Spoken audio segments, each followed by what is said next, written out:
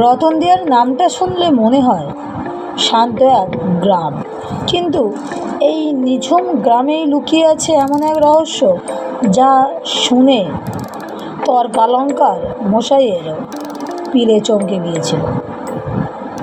বিখ্যাত লেখক হিমানীশ গোস্বামীর কলমে উঠে আসা এই গল্প কি শুধুই কল্পনা, নাকি নিঝুম রাতে বাঁশঝোপের আড়ালে আজও কেউ ওত পেতে থাকে, যেখানে মুক্তি হার মেনে যায় আর গা শিউরে ওঠা আতঙ্ক গ্রাস করে মনকে? আজকের পর্বে আমরা পা রাখছি রতনদিয়ার সেই কুয়াশা ঘেরা মেঠো পথে। তোমরা তৈরি তো? স্বাগতম আমাদের চ্যানেল ভৌতিক রহস্য। চলো আজ এক অন্য জগতের স্বাদ নেওয়া যাক। তাহলে চলো গল্পটা শুরু করা যাক। এই ঘটনাটা 60 বছরেরও আগে ঘটেছিল। এখন এর অনেকটাই ভুলে গেছি, যেটুকু মনে আছে বলছি। আমরা যখন গ্রামে থাকতাম তখন আমাদের রাজ্যটি এত ছোট ছিল না। এখন থেকে প্রায় 50 বছর আগে দেশভাগের সঙ্গে সঙ্গে এক বাংলা দুটি বাংলা হয়ে যায়। আমাদের বাড়ি ছিল পূর্ববঙ্গের একটি ছোট গ্রামে। গ্রাম ছোট হলে কি হবে, তখন ছোট ছোট গ্রামেই হাজার হাজার ভূত বাস করত। আমাদের গ্রামের নাম ছিল রতনদিয়া। ওই গ্রামে ভূতদের দমিয়ে রাখার জন্য অন্তত 12 জন গুণিন ছিল। ফলে ভূত প্রচুর থাকলেও তারা অত্যাচার করতে ভয় পেত। গুণিনরা দুষ্টু আর বদমাইশ ভূতেদের কঠোর শাস্তি দিতেন। কোনো কোনো গুণিন ভূতেদের ঝি চাকর দারোয়ান করে রাখতেন। খুব লজ্জার কথা হলেও 2-1 গুণিন পেতনিদের দিয়ে ঘর বাড়ি পরিষ্কার করানোর কাজ করতেন। এছাড়া রান্নার কাজও করিয়ে নিতেন। এটা গুণিনদের করার কথা নয়। যাই হোক, একজন ছোট গুণিন 16টা করে ভূত পেতনিকে বেগার খাটাতে পারতেন। আরও বড় বড় গুণিনরা কেউ 32, কেউ 64টা করে ভূত রাখতেন বেগার খাটানোর জন্য। হিন্দু ও মুসলমান দুরকমই ভূতই গ্রামের বাইরে একটা পুরো বাড়ির দখল নিয়ে থাকতো। শোনা যায় ওই ভূতেদের মধ্যে 2 খ্রিস্টান সাহেব ডাক্তার ভূতও ছিল।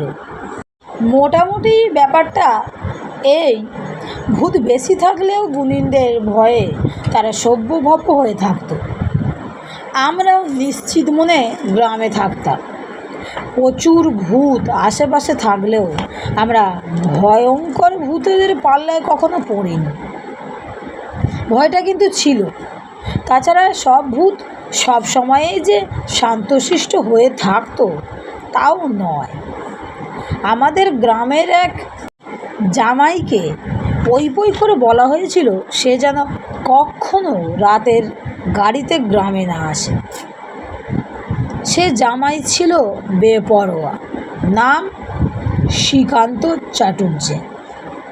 বয়স 25। বিজ্ঞান পড়ে পড়ে তার ধারণা হয়েছে ভূত মানুষের সৃষ্টি, ভূত বলে কিছু নেই। তা যেহেতু তাকে বারণ করা হয়েছে রাতের ট্রেনে গ্রামে না আসতে, আসলেও যেন আগে সে খবর দেয়।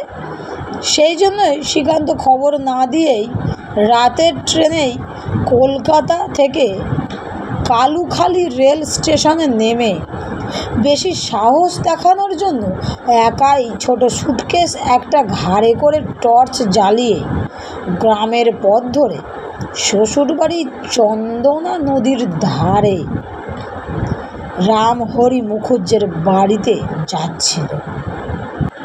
রাতটা ছিল আবার অমাবস্যা। অমাবস্যার রাতে ভূতেদের মন কীরকম যেন চনমনে হয়ে যায়। তখন তাদের কালো রক্তে ইয়ার্কি ফাজলামো করার একটা প্রবণতা হয়। এমনিতেই ভালো মানুষ ভূত। অমাবস্যার রাতে হঠাৎ হয়তো হেসে উঠল খ্যা খ্যা করে, সম্পূর্ণ অকারণ হাসি, কোনো দরকার নেই, তবুও হাসি অথবা ইনিয়ে বিনিয়ে কান্না, যেন কেউ ভীষণ মেরেছে কাউকে। কখনো কুকুরের ডাক, কখনো শেয়ালের ডাক, কখনো ফেউয়ের ডাক। তাছাড়া কটাস বলে এরকম বেড়াল জাতের প্রাণী ছিল, ভীষণ হিংস্র। আর ছিল বাঘডাঁসা। বাঘডাঁসাও এক ধরনের বুনো বেড়াল, অনেকটা বাঘের মতো দেখতে। ভূতেরা বাঘডাঁসার ডাকও ভারী চমৎকার নকল করতে পারে। এ হচ্ছে ভূতেদের এক রকমের ইয়ার্কি। ডাকলে ভীতু মানুষেরা ভয় পায়, সাহসী মানুষেরাও চমকে ওঠে, ছোটরা কেঁদে বাড়ি মাথায় করে। এতেই ভূতেদের আনন্দ। কোনো কোনো বাচ্চা ভয়ে না চেঁচিয়ে চুপ মেরে যায়, তাতে ভূতেরা ভারী রাগ করে। ওইসব বাড়িতে ভূতেরা ঢিল ছোড়ে। ঢিল ছুঁড়লে আর সেই সঙ্গে হাউ মাউ খাউ করলে যেসব বাচ্চা ফুপিয়ে কাঁদে, তারা পর্যন্ত গাঁ গাঁ করে চিৎকার করে।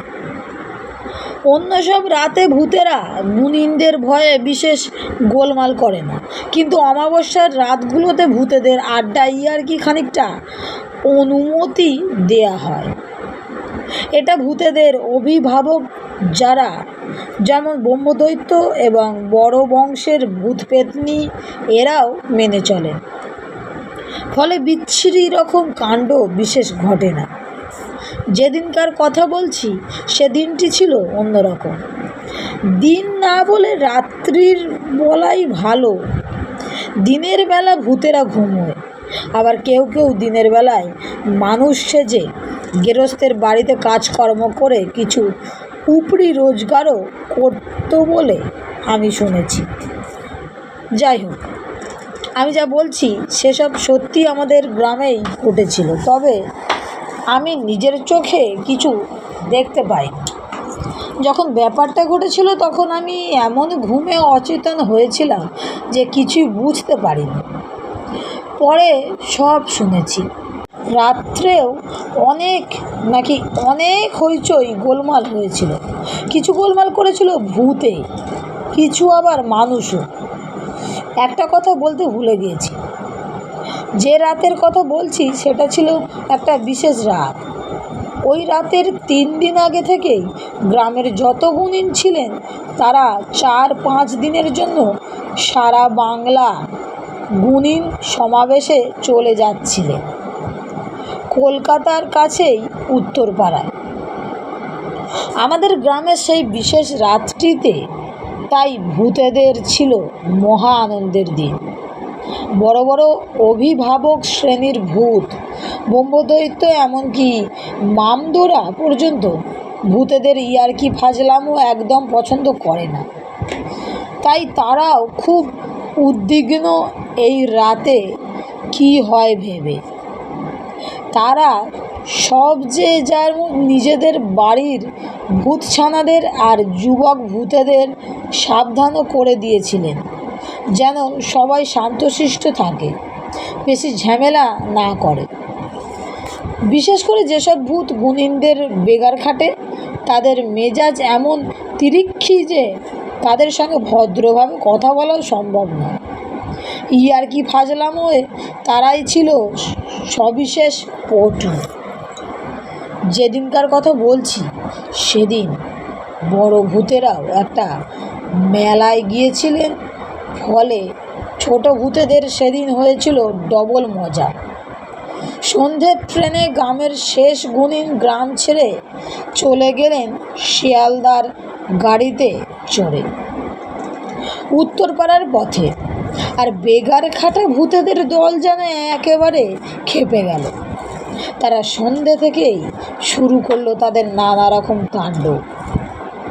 তারা হা হা করে কত রকম হাসলো আর চিৎকার করলো, বাড়িতে বাড়িতে ঢিল ছুঁড়ল, কিন্তু গ্রামের লোকেরাও খুব সাবধান হয়ে রইল। একটুও ভয় না পেয়ে তারা গুণিনদের দেয়া নতুন পান পাতাতে রক্তচন্দনের রাম নাম লেখা সঙ্গে ঘি মাখানো সলতে দিয়ে বাড়ির চারিদিকে সাজিয়ে রেখেছিল বলে ভূতেরা কেউ বাড়িতে ঢুকতে পারল না। ভূতেরা এইসব দেখে রাগে গাঁ গাঁ করতে লাগলো, বিচ্ছিরি রকম সব গালাগাল করতে লাগলো মানুষের মতো গলায়, চন্দ্রবিন্দু ছাড়া উচ্চারণ করতে লাগলো যাতে মানুষেরা রেগে বাড়ির সীমানার বাইরে চলে আসে, তাহলে ভারী ফুর্তি করা যায় তাদের নিয়ে। কিন্তু গুণিনরা সব কথা আগেই গ্রামের সকলকে বলে যাওয়ায় একটা মানুষও বাইরে বেরোলো না। এতে কার না রাগ হয়। ভূত বলে কি ওদের অনুভূতি নেই? ওদের মধ্যে যারা অনুভূত তারা গেল সবচেয়ে চটি। অনুভূত কি বুঝতে পারলে? একটু ভাবলেই বুঝতে পারবে। অনুভূত অর্থাৎ ছোট ভূত। অনুমানে ছোট, কেউ কেউ অবশ্য উপভূতও বলেন ওদের। বন্ধুরা, গল্পটি আজকে এই পর্যন্তই। আর এই গল্পের দ্বিতীয় পর্ব নিয়ে খুব শিগগিরই আবার ফিরব, কেননা গল্পটা একটু বড়, তাই জন্য এই গল্পের দ্বিতীয় পর্ব আমাদের করতে হবে, তারপরে শেষ পর্বটা শোনাবো। তাহলে বন্ধুরা, গল্পটা তোমাদের কেমন লেগেছে অবশ্যই কমেন্টে জানিও। আর ভালো লেগে থাকলে বন্ধুদের সঙ্গে শেয়ার করে চ্যানেলটা সাবস্ক্রাইব করে দিও। আর এরকমই যদি আরও গল্প শুনতে চাও তাহলে আমাকে কমেন্টে জানিও। আরও ভয়ঙ্কর বা আরও অন্য কোনো রকমের গল্প যদি শুনতে চাও আমাকে কমেন্টে জানিও। তাহলে বন্ধুরা, দেখা হচ্ছে এই গল্পের দ্বিতীয় পর্ব নিয়ে। আজকের মতো বিদায়। সবাই ভালো থেকো, সুস্থ থেকো, সবাইকে ভালো রেখো। রাধে রাধে।